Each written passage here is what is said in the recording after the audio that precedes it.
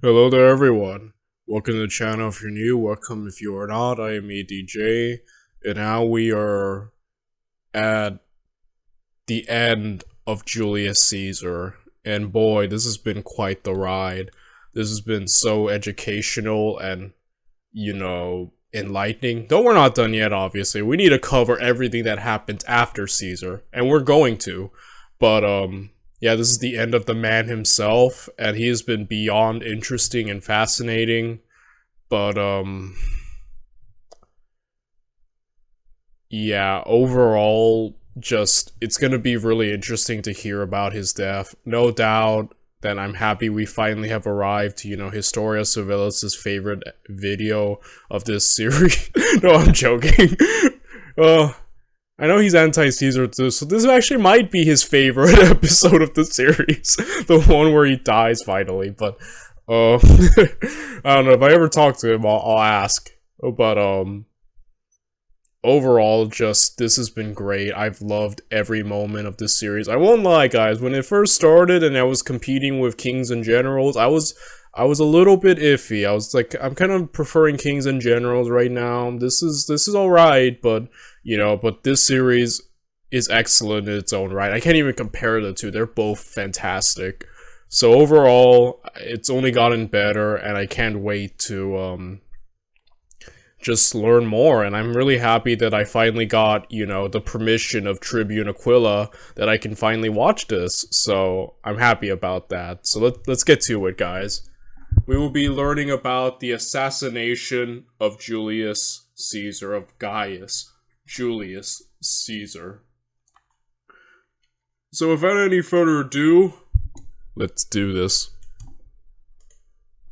The conspiracy to kill Julius Caesar began with a meeting between three men: Cassius Longinus, Marcus Brutus, and Decimus Brutus.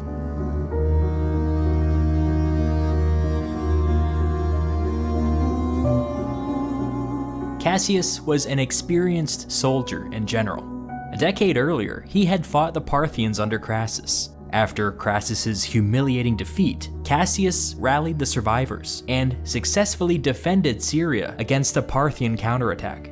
He would go on to command a Pompeian fleet during the Civil War, and to everyone's surprise, he proved himself to be Rome's most successful naval commander in a generation. Yeah. Not that it made much of a difference. Oh, yeah. So, yeah, Cassius. I was shocked to learn that Cassius actually had a military reputation. Like, I always kind of just assumed he was like a disgruntled senator or something, but the man actually has, like, experience, like, in the military, and ain't too shabby about it, so, yeah, I was kind of, like, shocked to learn more about him in particular, There's more to him than just being a grumpy senator, Because, as we know, Pompey was eventually defeated, and Cassius was captured. But Caesar recognized talent when he saw it. He issued Cassius a full and complete pardon, and put him in charge of one of his legions destined for Egypt. The Alexandrian campaign turned out to be kind of a disaster, but thanks in part to Cassius's leadership, the Romans were able to hold their own until reinforcements arrived. After Egypt, Cassius let Caesar know that he would not participate in the slaughter of Pompeians, and so Caesar sent him back to Rome. Cassius paid a professional price for his loyalty, because when it came to the upcoming Parthian campaign, Caesar planned to stick Cassius in a thankless administrative job in Syria. I admire Cassius's resolve to not kill other Pompeians. That takes some integrity, I do feel, and I do admire him for that. Also, I'm digging the background ominous music that's been playing throughout this video so far, only in the first minute, but, yeah, overall, it's cool learning more about him. I feel like, I don't know, I find it interesting. We've talked about Marcus Brutus before. There's not that much to say of his early political career beyond the fact that he aligned himself with the ultra-conservative Cato. Unlike Cassius, Brutus was not a military man. During the Civil War, he joined up with the Pompeians, but as far as we can tell, he didn't really do anything. After Pompey's defeat, he immediately surrendered to Caesar, who in turn gave him the fairly important job of governing Cisalpine Gaul, promising to fast-track him all the way up to consul in the years to come. You see, through all of this, Brutus maintained a fairly good personal relationship with Caesar. Brutus's mother Servilia had been in a romantic relationship with Caesar for about... I'm sorry, I'm just thinking about the Rome HBO show and the scene where Caesar like slaps her 3 times. I'm sorry, Servilia. And then... I'm sorry. That was so... That show rocks. I just keep thinking Caesar just slapping her around. Like, I don't know why. That just made me laugh. I'm so sorry. I don't advocate for violence against other people. It just caught me off guard. It made me laugh. I'm sorry. 20 years. This was not seen as unusual. Servilia was an older woman, twice widowed, plenty of children. She was free to see whoever she wished. Because of this relationship, Brutus had known Caesar for his entire adult life, if not longer. Caesar was happy to help out his mistress's son however he could. Decimus Brutus, distant cousin, had a different story to tell.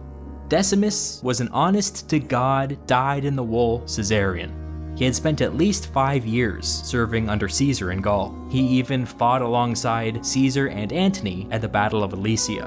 You might even say that he was in Caesar's inner circle.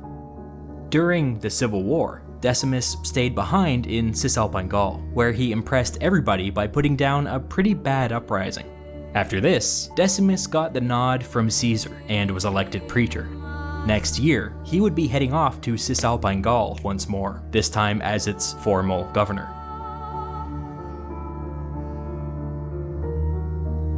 Each of these 3 men, Cassius, Brutus, and Decimus, came to believe that Caesar intended to destroy Roman politics by crowning himself king.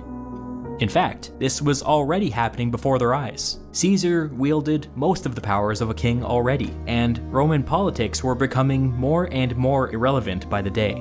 In their eyes, the only way out of this mess was to remove Caesar from the equation. He had to die.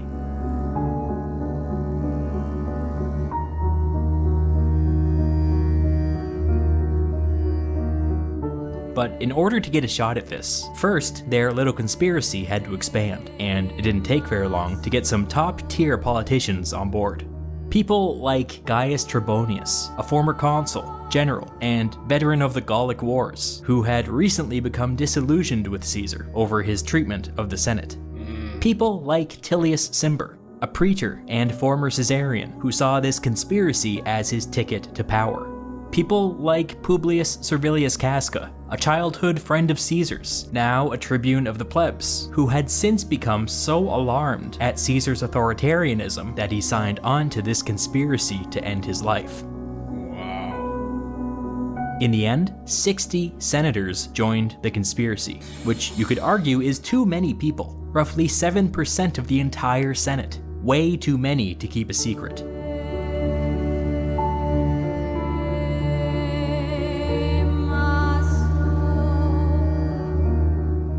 The 60 conspirators began to meet regularly to strategize their next moves.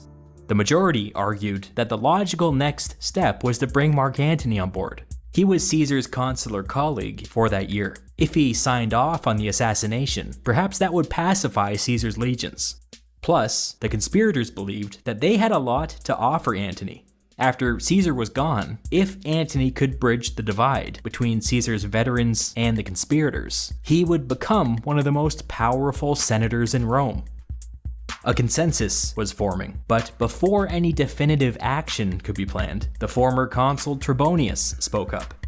He knew Antony well, as they had both served under Caesar in Gaul. He revealed to the group that just last year, he had personally approached Antony as part of another conspiracy, and that Antony had flatly turned him down. When Trebonius revealed this rejection to the old conspiracy, people got spooked, and the whole thing fell apart. Why risk tipping their hand, Trebonius argued, when they already knew Antony's answer? The conspirators were convinced. Fine, no Antony. But what about Cicero? He was one of the few remaining former consuls who predated Caesar's rise to power. He was the guy who put down the Catiline Rebellion 20 years earlier. A hero, an elder statesman. Maybe he was the one to lead them out of this mess. After some debate, the conspirators ultimately decided against inviting Cicero into the conspiracy. We don't 100% know why, but one reason may be that in an effort to influence the new regime, Cicero had been spending an unhealthy amount of time with Caesarians. Some conspirators may have feared that he had gone over to the other side. Another unusual aspect of this conspiracy, which may be pertinent here, is that it reflected a strong generational divide. For whatever reason, the conspiracy consisted almost entirely of men in their early 40s. Maybe these people just knew each other the best, or maybe they had the most to gain in a power vacuum, who knows? Cicero I did not know that, huh? Yeah, it seems like just the same group of age range. Wow, I did not know that. That is very interesting. Also, Cicero himself, only joined up with Pompey because, as he mentioned before in previous videos, that if there had to be a military dictatorship, he figured Pompey was the safer bet in hopes of restoring the Republic in the future. So Cicero has been a very neutral, I feel, for the most part, voice. And one not him being involved in the stabbing of Julius Caesar, I just can't imagine Cicero doing that, right? Or just jumping on board. Like, yeah, I feel like leaving him out's probably for the best, was well into his 60s, and quite simply, nobody in the conspiracy knew him that well. So Cicero had been fraternizing with the Caesarians, and nobody in the conspiracy could vouch for him. Fine, Cicero was out. The conspiracy would have to move ahead in its current form. It's so easy to get your windshield replaced using Safelite. Tell the people why you haven't done it already, my man. Let's start it off as... One decision that the conspirators came to pretty early on was that the assassination should occur in public. This had to be seen by the people as a legitimate act, full of idealism and conviction. No back alley murders. But beyond this vague statement of principle, there was very little agreement as to how they should actually proceed. Some people threw around the idea of assassinating Caesar while he was overseeing that year's elections. In a situation like that, Caesar would be up on a raised platform, in full view of the electorate. That certainly met the criteria of being public, but how exactly were they supposed to pull this off? Caesar would be up in an exclusive VIP area surrounded by supporters, and even if they could pull it off, an assassination before the entire electorate had a 100% chance of causing a riot. The conspirators might not survive.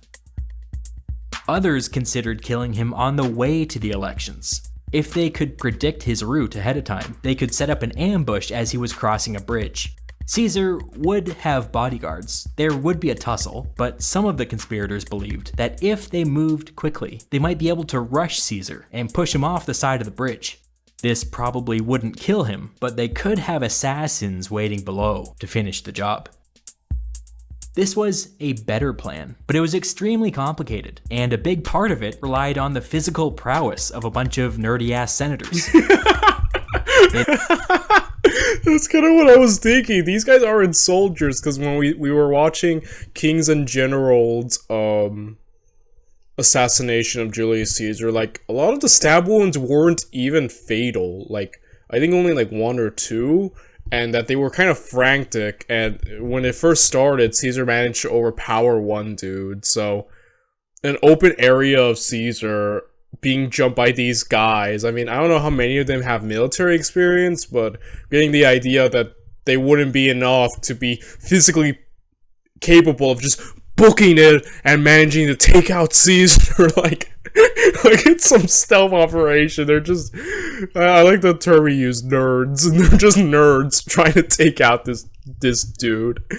Oh man, Just the thought, yeah, that requires a lot of like coordination, and I feel like would be ideal for like soldiers, but like I don't know about these guys. Though we know Cassius has military experience. I do believe some senators somewhat. I think there was like a rule or something. You had to do some army time to be in the Senate. I don't know if that's true, but still, I don't know to what degree.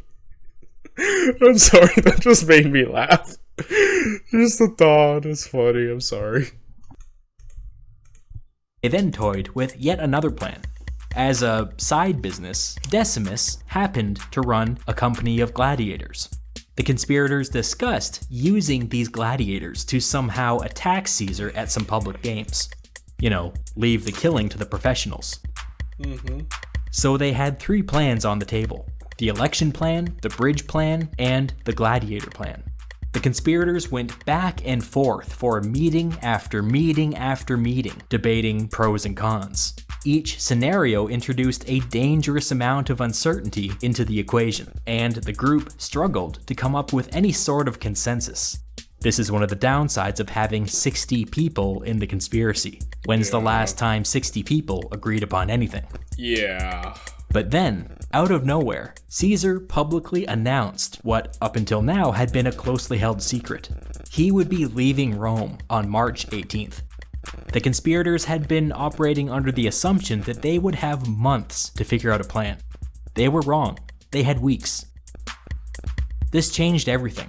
All of the old plans were thrown away, and the conspirators started again from scratch. They still agreed that the assassination needed to happen in a public place, but after debating the old plans, they now knew that it also needed to happen in a controlled environment, preferably away from bodyguards and potential rioters. On top of all that, this new time constraint meant that they had to throw the whole thing together quickly. It couldn't be too elaborate. You know, Senate meetings happened all the time. A Senate meeting wouldn't require any additional prep work. It also had the virtue of still technically being a public place, while at the same time being nice and isolated. Caesar's bodyguards would not be allowed inside. And then there was the whole symbolic thing, removing a tyrant during a Senate meeting. This was perfect. Finally, the conspirators agreed on something. Now all they had to do was figure out the particulars. Caesar would be leaving on March 18th, so they agreed that their attack should take place during the last Senate meeting before his departure. That would be on March 15th, the Ides of March. Beware! But coordinating this wasn't as simple as you might think. Caesar was personally financing a complete redesign of Rome's downtown area, which included Rome's old Senate house. Because of this, the Senate had been randomly meeting in various temples scattered throughout the city. The conspirators agreed that the safest thing to do would be to stash some weapons on location, but because of all this bouncing around, they couldn't be 100% certain where this particular Senate meeting would be taking place. So instead, they decided that a select group of senators needed to hide daggers in their togas. This would be dangerous, as it was a death penalty offense to carry a dagger inside the pomerium, but it had to be done. For everybody else, they decided to smuggle weapons into the Senate meeting, using these baskets that were always full of note-taking materials. If the location of the meeting was changed at the last minute, these baskets would hopefully come with them. Late in this process, Cassius brought up something that had been troubling him. What about Antony? Caesar and Antony were co-consuls for that year, and if this thing was going down during a Senate meeting, Antony would be only a few paces away. Knowing him, he'd probably put up a fight. Plus, if they were successful, Antony would be Rome's only remaining consul. What if he was angry? What if he came after them? Wouldn't it be much safer to just kill them both? Cassius then went one step further. So long as they're having this conversation, what about Lepidus? He wasn't a consul or anything, but he was sitting on Tiber Island, just outside of Rome's Pomerium, with a full legion. If Antony declared a state of emergency or something, he might ask Lepidus to cross the Pomerium and restore order.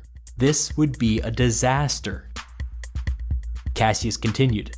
If, on the other hand, they took out Caesar, they took out Antony, they took out Lepidus, they took control of that legion, they would probably be able to pressure the Senate into endorsing the assassinations retroactively. Brutus strongly disagreed. They were not revolutionaries. They were not here to overthrow the government. In fact, that's exactly what they were trying to prevent. What they had all agreed to do was remove a tyrant. What Cassius was talking about was a purge. This argument escalated, and eventually it split the conspirators along partisan lines. The former Pompeians sided with Cassius, and the former Caesarians sided with Brutus. After some high drama, Brutus finally turned the tide. He told the group that, like it or not, Caesar's reforms were popular. If they started down the road of purging Caesarians, they would inevitably end up repealing Caesarian legislation as well. They wouldn't be able to help themselves. When that happened, Brutus said, the Roman people would turn on them. It would forever politicize the assassination. A better path, he argued, was to surgically remove the rot at the heart of Roman politics. Once Caesar was gone, everything else got easier. Yeah, no, it doesn't. Man, I'm always wondering, yeah, maybe they should have just gone with the purge, right? Because Mark Antony, Lepidus, already 2 triumvirate members. Like, already, like, I'm almost wondering what would happen if they went with the purge idea. Because we know Mark Antony ends up turning the people against him, essentially, right? Through his famous speech. Yeah, maybe Brutus kind of doomed himself, but I'm also just trying to think, there's so many factors. Even if they did somehow kill Lepidus and Mark Antony, yeah, would it really go much better for them? Like, I don't know. There's too many factors to that question. I can't process it all. This argument convinced Cassius and the ex-Pompeians. Fine, no purges, Caesar only.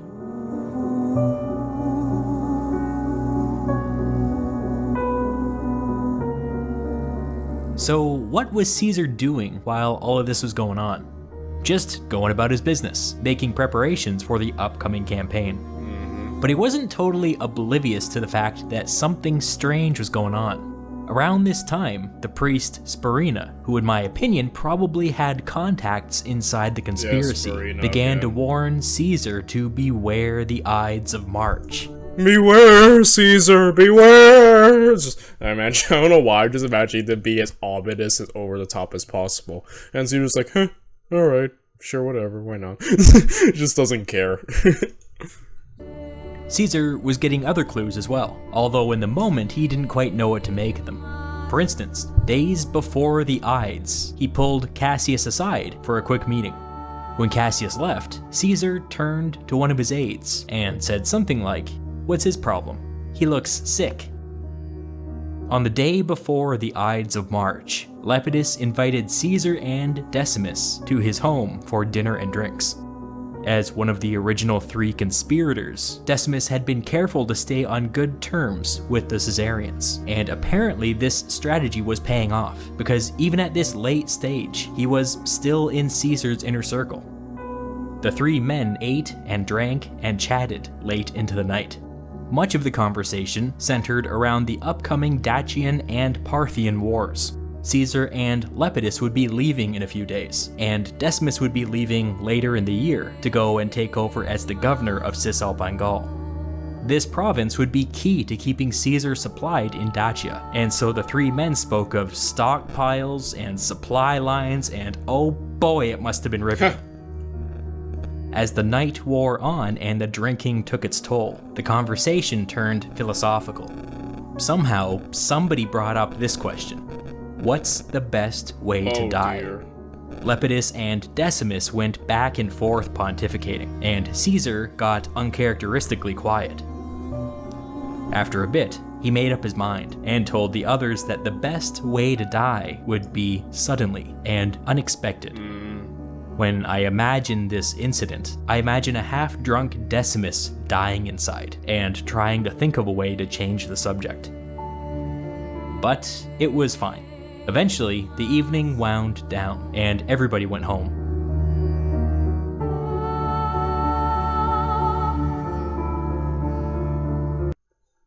Hi, we're visible. We're the You know, wireless with company. someone as observant of Julius Caesar, you think he might have caught on to what the heck's going on, which is weird because up to this point, Caesar's been like a hawk. Nothing has escaped him. He's seen through his enemies, and found ways to completely counter them. Yet, during these last few days of his life, there's so much red flags going on. Ides of March, you know, his wife having a nightmare of him dying, you know, several people trying to find him because they found out the conspiracy, but just conveniently missing him. It's almost like, I said in the Kings and Generals video, it's like God is trying to warn Caesar, and he's just not catching on. Like, it's like his luck finally ran out. Like, he finally lost. Like, I don't know. Like, he just lost at, like... I think the problem is he's not paranoid. I know paranoia is not a good thing, but I think a healthy dose of paranoia might have done Julius Caesar some good. Because he seems a bit too... almost oblivious of everything at this point. Like, I don't know, it's weird, right? Like, I feel like up to this point before, Julius Caesar is just so smart. Nothing gets by him. He finds the solutions. He reads through his enemies. It's like, it's almost like he can just predict when something's gonna happen, and he can get out of any situation, and then, like, this time, he kind of, like, walks into it. He walks into a trap. I mean, granted, Caesar has made mistakes. I'm not saying that, you know, like in Alexandria and so on and so forth. We can definitely point at points Caesar made mistakes, but not to this degree. This is the mistake that ends him, so, I don't know. It's weird to me. It's like, almost Caesar's not himself. I don't know. It's just, to me, it's like a weird... final, like, suddenly he just lost it all. I don't know, maybe luck really did just finally run out for him, you know?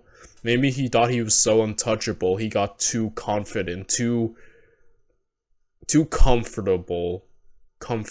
I can't say that word, but you know what I mean, like, I don't know. If you ask me, Caesar, you need a little bit of paranoia, my friend. Like, it could have saved you, quite frankly.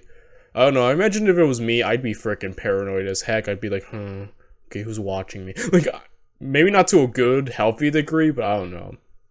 Caesar's a bit too relaxed for all of these red flags waving in front of him, and he doesn't seem to notice. The next morning, Caesar awoke to the sound of screaming. It was still hours before dawn, and his wife Calpurnia was inconsolable. She told him that she had just experienced the most vivid dream of her life, where she witnessed the roof on their home collapse. In the last moments of the dream, the part where she was quite literally screaming, she saw herself covered in blood and holding Caesar's mangled corpse in her arms. After this... You know what's funny? I take dreams very seriously.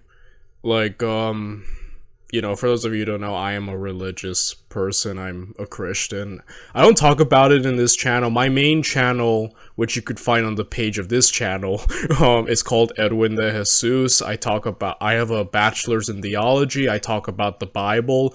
I leave that out of these videos because, obviously I separate the aspects of myself. This channel, I'm just watching history for the most part. My main channel, I'm talking about theology, and, you know, going through the Bible, but, you know, I take dreams very seriously with that said, and my mother had a dream, and oddly enough, her dreams do have happened. Like, let me tell you this story.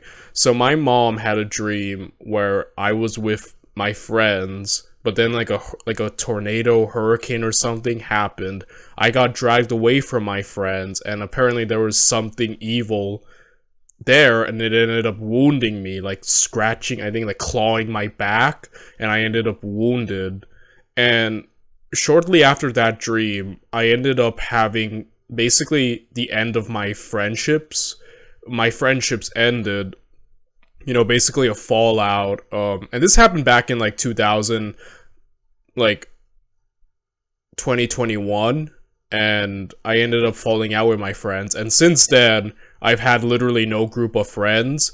I ended up falling out with them, and I was kind of like a bit sad about it, but you know, it happened, and then I ended up suffering depression and suicidal thoughts and anxiety out of nowhere. Like, it happened months after the end of my friendships, back in February 2022, and for 2 years, from 2022 and through all of 2023, heck, even my earlier videos in this channel, I was battling through it.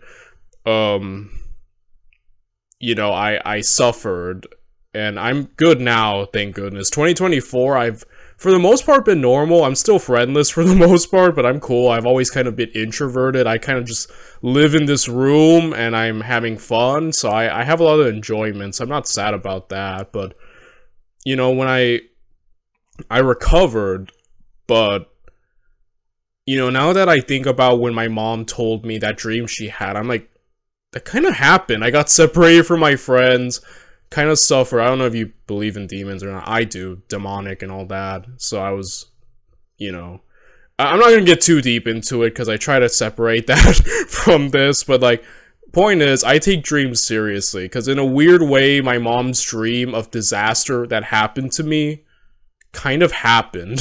So, and that's me now. We're living in an age where people are more gonna be like, you know, that's stupid, there's no, you know, heck, some people be like, there's no God, or there's no, that spiritual crap you believe in, Edwin, doesn't exist. You know, there will be people like that, obviously.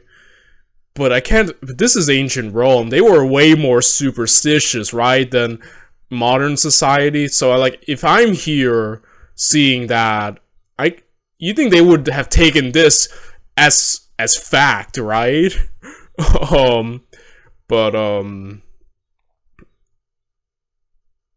Yeah.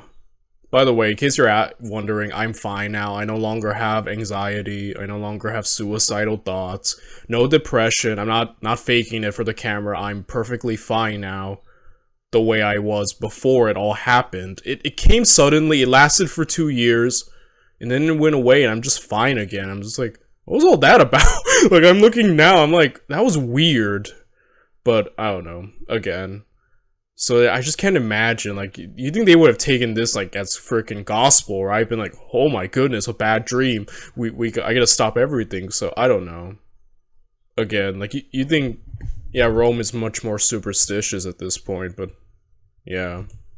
Yes, both husband and wife found it impossible to go back to sleep, so they got up and spent hours talking as they waited for dawn. The ancient sources take care to point out that Calpurnia was basically an atheist, and that she wasn't the kind of person who believed in prophetic dreams.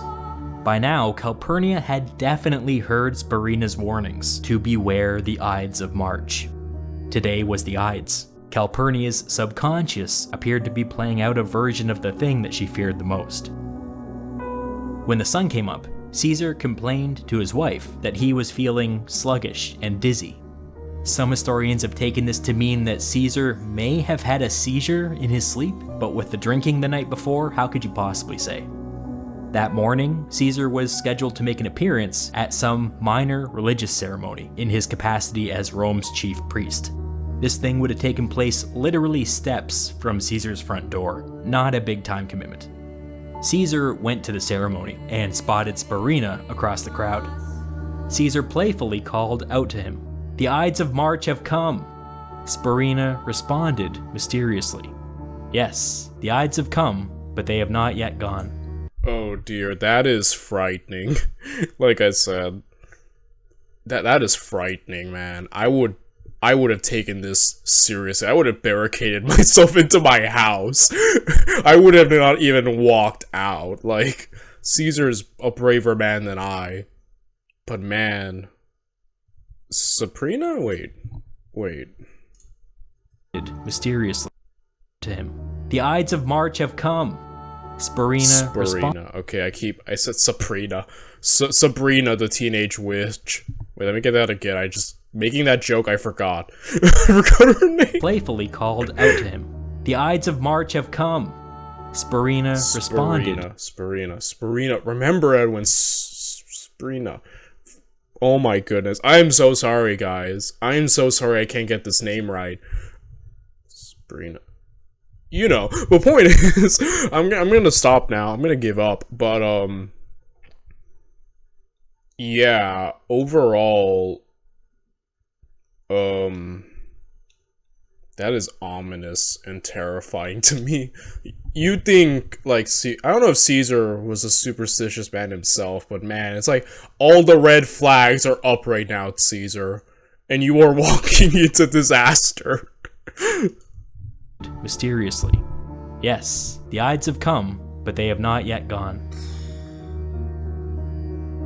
When Caesar returned home, he complained to Calpurnia that he still wasn't feeling well. The two talked it over for a bit, and they eventually decided that since Caesar would be leaving on campaign in a few days, he should rest and recover while possible. The Senate was scheduled to meet that day, so Caesar sent word to Antony to go ahead and cancel the meeting on account of him being sick. Caesar had just unknowingly upended the conspiracy.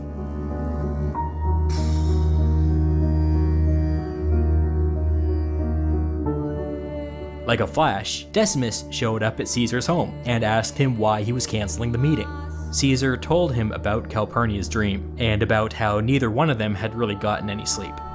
Yeah, dude. You know, dude, I've just, my wife's having a dream of, like, of our house falling down. I'm feeling awful. You know, Sabrina, the teenage witch, is outside telling me to beware this day.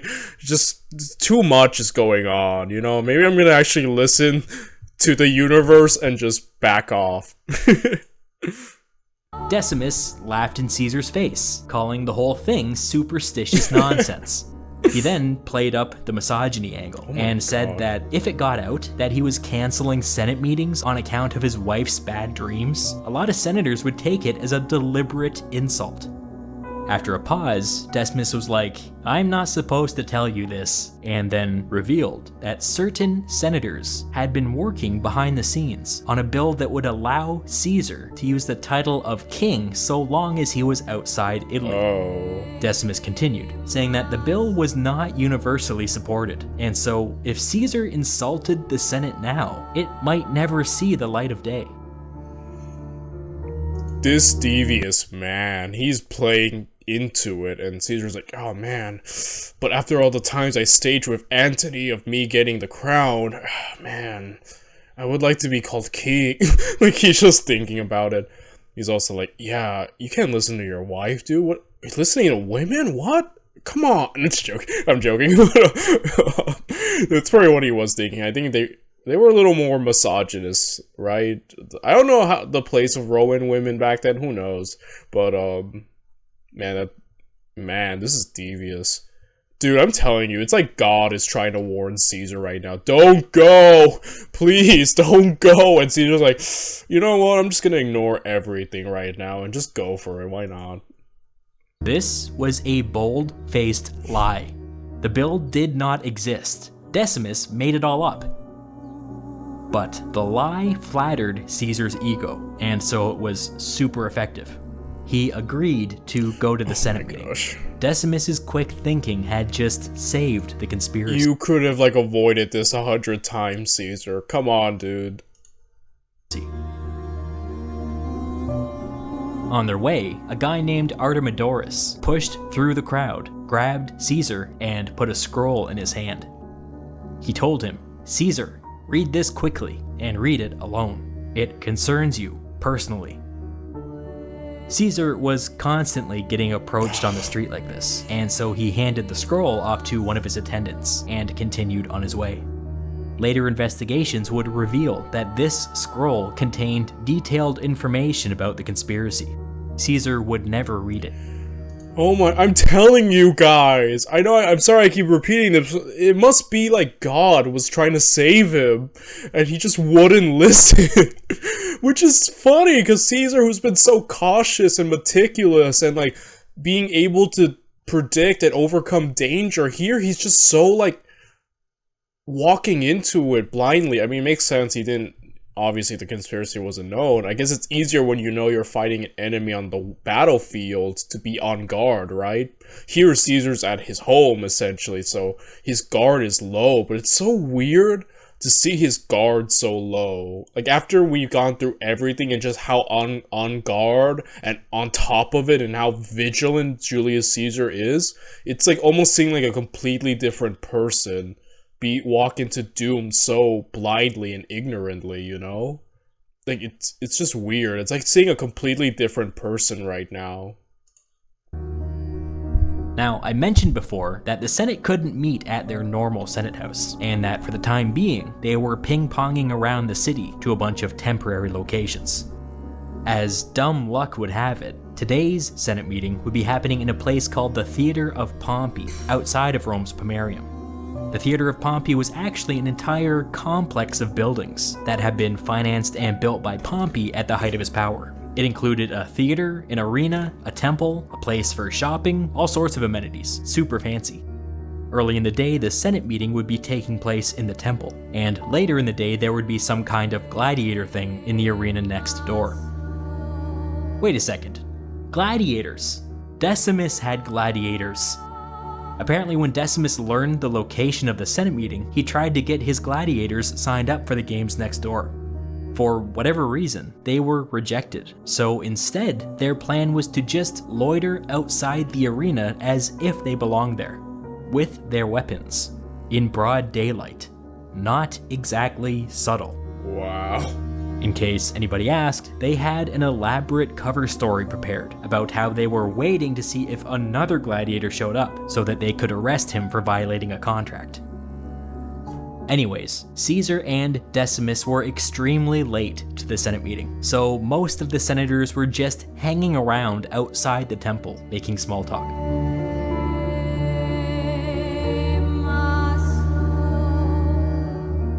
But not Cassius. He was all alone, inside the temple, looking up at a larger-than-life statue of Pompey in complete silence. After Pompey's death, Cassius had been one of the few who proved his loyalty by refusing to take up arms against his fellow Pompeians. What was he thinking here?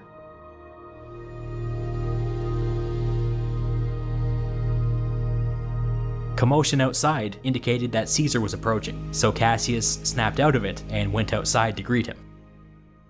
Looking around, Cassius would have been able to see a lot of his fellow conspirators in the crowd.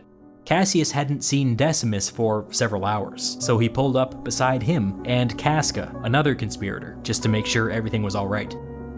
A mob of senators each wanted a private word with Caesar, so they would have to wait a while before they could head inside. As Cassius and Decimus and Casca were waiting, some rando senator named Linus approached them and said way too loudly, "Casca, Brutus told me your little secret. How dare you keep me in the dark like this?" Casca panicked. You just know, like, the dude just tightened up. He's like, he's like, no, everything is falling apart. Dude, I would freak out. I would just have, like, a heart attack on the spot. Like, ugh. Dang, that's frightening. Dude continued, "I hear you're running for Edile. When did this happen?" As Linus was... Dude, the biggest sigh of relief, right? Like, oh yeah, for sure. You know? Making a scene, another rando senator, somebody from outside the conspiracy, pulled Cassius and Decimus aside. In hushed tones, he told them, "I hope that you accomplish your task. Please do not delay. People know, and they are talking." Oh, dude. Cassius and Decimus were stunned by this. They looked towards Caesar, but everything appeared normal. At that moment, that loudmouth Linus made his way over to Caesar, pulled him aside, and made a big show of whispering something in his ear. Cassius and Decimus and Casca watched with their hearts in their throats. Dude, these guys are like, man, they must be so frightened. I can't even imagine that this is torture. Just like on the verge of just freaking out, right? Maybe they should just do it now. Maybe Decimus should get his gladiators. But it was nothing. Linus walked away, and everybody started making their way inside. On cue, the conspirator Trebonius pulled Mark Antony aside for a private word.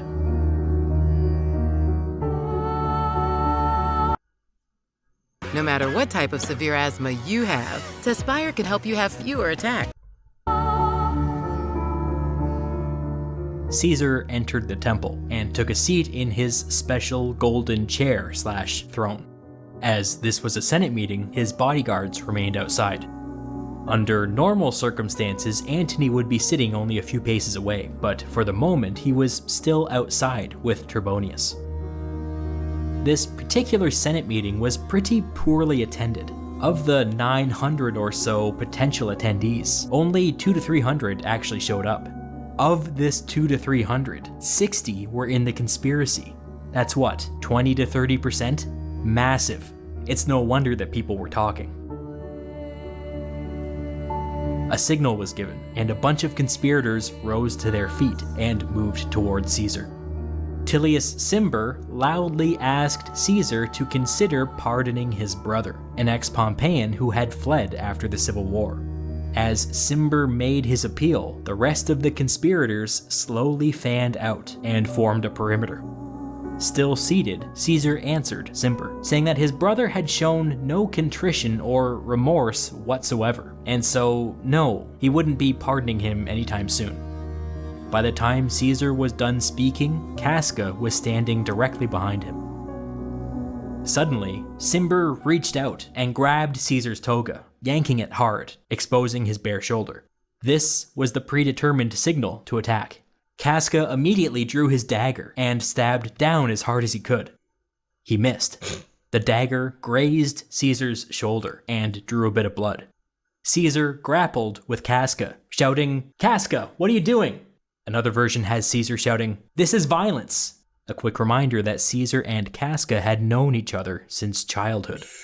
Conspirator and non-conspirator alike were frozen in shock. Caesar and Casca were engaged in a little tug-of-war, but nobody moved to help either one of them. For several long moments, nothing happened. Yeah, I'm just thinking, like, usually we just see him surrounded by the conspirators, but here it's like, there are like hundreds of people watching this, and some are loyal to Caesar, right? Some are like, you're almost wondering, why aren't they just jumping down and immediately rushing? I guess the shock of the moment, right?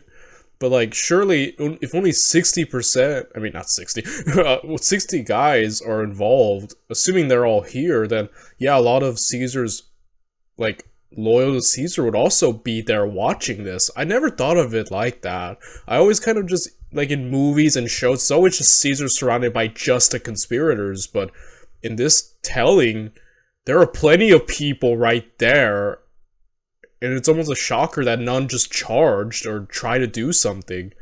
Like, would Mark Antony have been the only one to help? Like, I don't know, man. That's...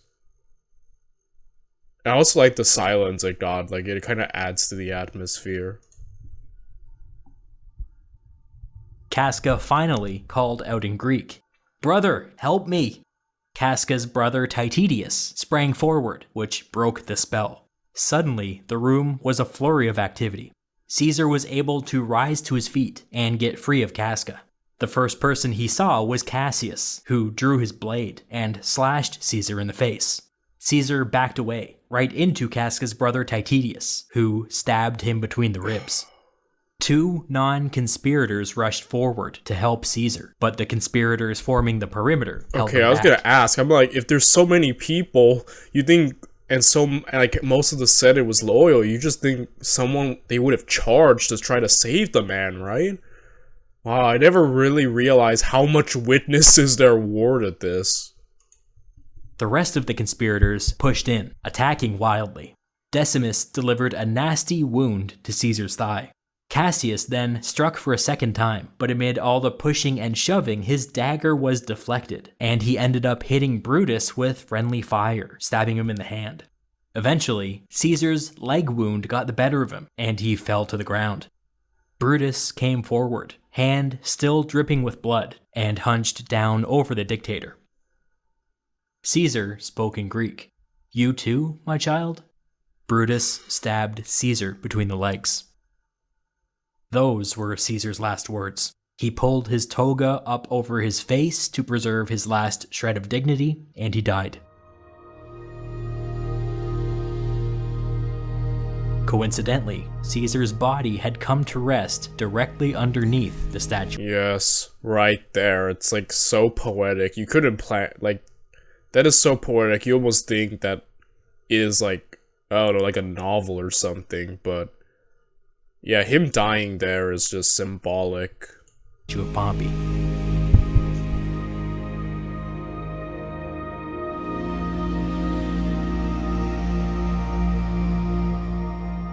Now that the deed was done, many of the conspirators suddenly found their courage and took turns stabbing Caesar's corpse. They would be part of the assassination, if only symbolically. Even with this bit of post-mortem stabbing, Caesar only sustained a total of 23 wounds. That means that the vast majority of the conspirators just stood around and watched the assassination. In fact, using the ancient sources, we can confidently track 5 of Caesar's wounds. Number 1, from Casca to the shoulder. Number 2, from Cassius to the face. Number 3, from Casca's brother Titidius, between the ribs. Number 4, from Decimus to the thigh. And number 5, from Brutus to the groin. It's very possible that these 5 people were the only ones who struck Caesar while he was still alive. The remaining 18 stabbings may all have been post-mortem. Wow. Earlier, I said that the conspiracy was arguably too large, but maybe I was wrong. When the big moment came, as many as 90% of the conspirators did nothing. Later examination of Caesar's body revealed that of his 23 wounds, 22 were superficial, and only 1 was fatal. The fatal wound was stabbing number 3, the shot between the ribs, delivered by Casca's brother Titidius.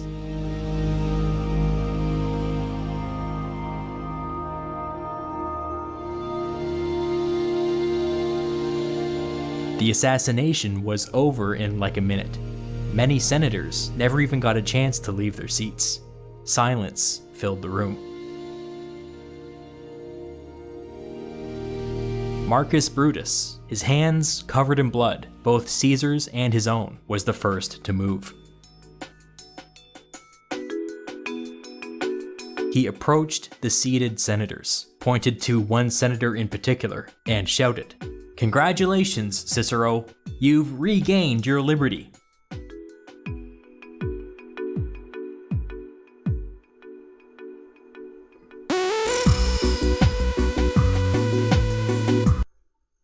Wow. Dang. Even though you know what's about to happen, I have to give it to Historia Civilis and Kings and Generals, their way of just explaining the death of Caesar. It gives me chills. Like, I got chills watching a red square die. I never thought I'd say this, but that's just a testament of his ability. Like, mad. I think what was shocking to me is that, like, you know, like I said, like in shows and in movies, it's always just Caesar and just the small group of conspirators, but here it's like, I just realized for the first time, there were hundreds right there. Many maybe too shocked to move. Those who did try to help were pushed back. Like, yeah, it's almost like, wow, you know? Just a shock. And you know what? GG Julius Caesar, man. GG, man. Like, regardless if you hate the man or if you love him, the man is so influential in just life. Like, the world, he left a lasting mark on the world that'll never be forgotten. And he was a brilliant, I think he was brilliant in terms of politics, even more brilliant in warfare. And just his accomplishments will be remembered forever. But, yeah, that was shocking. Like, that's 2,000 years later, I'm still shocked, right? It's still shocking to see the death of Julius Caesar, so overall, another fantastic video, probably the best of this series in my opinion so far. And you know what, it's gonna be hard, but we're gonna continue on without Julius now, because there are plenty of more to cover. So I'll leave it at that. Thank you all for watching. I'll see you in the next video. Bye everyone.